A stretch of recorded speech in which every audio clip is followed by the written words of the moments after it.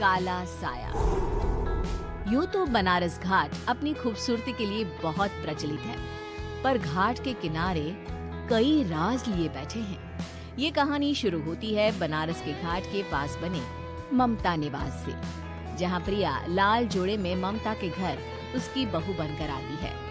आओ आओ बहू, घर को अपने पैरों से पवित्र करो। ममता घर की दहलीज पार कर ही रही होती है कि अचानक एक बहुत गंदी सी बास पूरे घर में फैल जाती है।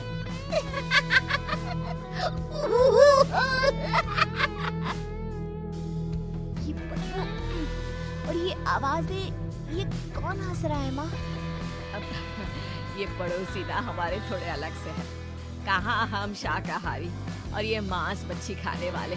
छोड़, तू ध्यान मत दे और गृह प्रवेश कर।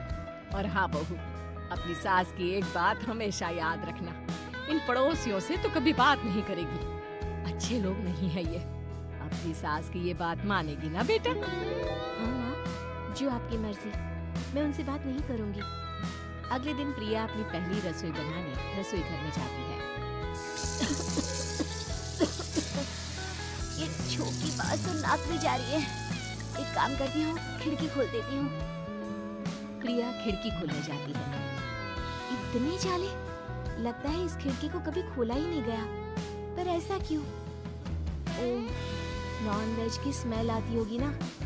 2 मिनट के लिए खोल लेती हूँ, फिर बंद कर दूंगी। प्रिया खिड़की खोलती है। खिड़की खोलते ही उसकी नजर सामने वाले घर की खिड़की पर पड़ती है, जहाँ एक लड़की खड़ी होती है। हाथों में मेहंदी, लाल रंग की साड़ी, बिल्कुल सजी धजी, मानो प्रिया की तरह ही वो भी नई नवेली बहू हो। वो प्रिया को देखकर मुस्कुराती है। हे भगवान, माँ ने तो इनसे बात करने को मना किया था। प्रिया फौरन ही खिड़की बंद कर देती है और तवे पर चढ़े रोटी की ओर देखने लगती है, पर वहाँ रोटी न होकर मछली पड़ी होती है। ये क्या? पहली ही रसोई में इतनी बड़ी गलती। हे भगवान, अब मैं क्या करूं? प्रिया बहुत डर जाती है और फौरन रसोई की सफाई करने और फिर सभी के लिए खाना बनाने लग जाती है।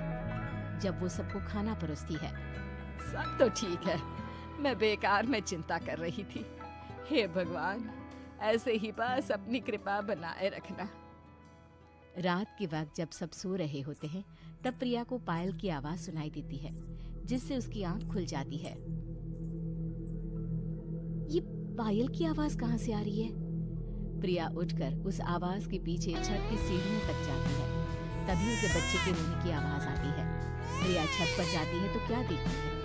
वही लाल साड़ी वाली लड़की अपनी गोद में एक नवजात बच्चे को घुमा घुमा कर सुला रही है। तभी प्रिया की नजर उसके पेट पर पड़ती है। ओह गॉड, ये तो प्रेग्नेंट भी है। सुनिए, बच्चा सो नहीं रहा है क्या? मैं कुछ मदद करूं? नहीं नहीं, आपके घर वालों को अच्छा नहीं लगेगा, मैं संभालूंगी। स्नेहा की गोद से बच्चा हाथ मारकर प्रिया की गोद में आने को छटपटाने लगता है। दोनों घर अगल बगल में बने होने के कारण प्रिया उस बच्चे को गोद में ले लेती है। प्रिया के पास आते ही वो सो जाता है। बच्चे का वो स्पर्श रात भर प्रिया भूल नहीं पाती और अगली सुबह वो छत पर कपड़े सुखा रही होती है। तभी उसे एक औरत इशारा करके बुलाती है। स्नेहा कह रही थी बाबू तुम्हारी गोद में आते ही सो गया। मैं गौरी, स्नेहा की माँ हूँ। बहू, घर आना, बाबू को खिला भी लेना। शाम को जब घर पर कोई नहीं रहता, बच्चे से मिलने के लिए प्रिया छिपकर अपनी पड़ोसन के घर चली जाती है और कुछ देर बच्चे को खिलाकर वापस लौट आती है। इसके कुछ दिन बाद ही प्रिया को पता चलता है कि वो माँ बनने वाली है।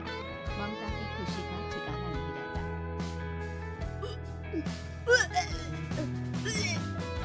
बाजी, पता नहीं क्यों उल्टी आ रही है।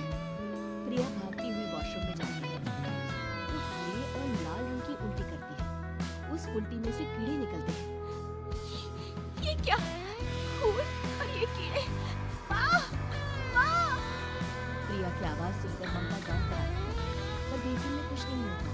प्रिया हल्की पकड़ी हो जाती है। ये सब क्या हो रहा है? प्रिया घबरा जाती है और अपने कमरे में जाकर सो जाती है। डर के कारण वो इतनी थक जाती है कि उसकी आंख लग जाती है। तब उसे ऐसा लगता है उसके पेट पर मानो कोई बैठा हुआ हो। कौन हो? प्रिया के पेट पर एक 5 महीने की बच्ची बैठी हुई थी, जो बुरी तरह जली हुई थी। माँ, तुम ही मुझे लाई ना अपने पेट में। मैं तुम्हारी माँ नहीं हूँ। कौन हो तुम? माँ, देखो मैं जल गई बुरी तरह से। 6 महीने पेट में रहने को भी मुझे नहीं मिला। सहला दो ना माँ। बचाओ! बचाओ! माँ! ममता दौड़कर कमरे में आती है। प्रिया की बातें सुनकर वो सब समझ जाती है। तू कहीं बगल वाले घर में तो नहीं जाकर आई ना बहू? मुझे माफ कर दो, मैं गई थी माँ। उस घर में सब मरे हुए हैं बहू। कई साल पहले स्नेहा उस घर में बहू बनकर आई थी। कुछ ही दिन में वो एक बच्चे को जन्म देने वाली थी। पूरा घर बच्चे के आने की खुशी में खोया था। एक दिन अचानक उस घर में आग लग गई। सब बुरी तरह जलकर मर गए। गौरी आज भी दादी बनने का इंतजार कर रही है और इसीलिए स्नेहा ने अपना अजन्मा बच्चा तुम्हारी कोख में डाल दिया। ममता ये कह रही होती है कि पीछे से उसके पैरों को एक बच्चा पकड़ लेता है। दादी, माँ, स्नेहा की गोद में यही बच्चा था। ये बच्चा कौन है फिर?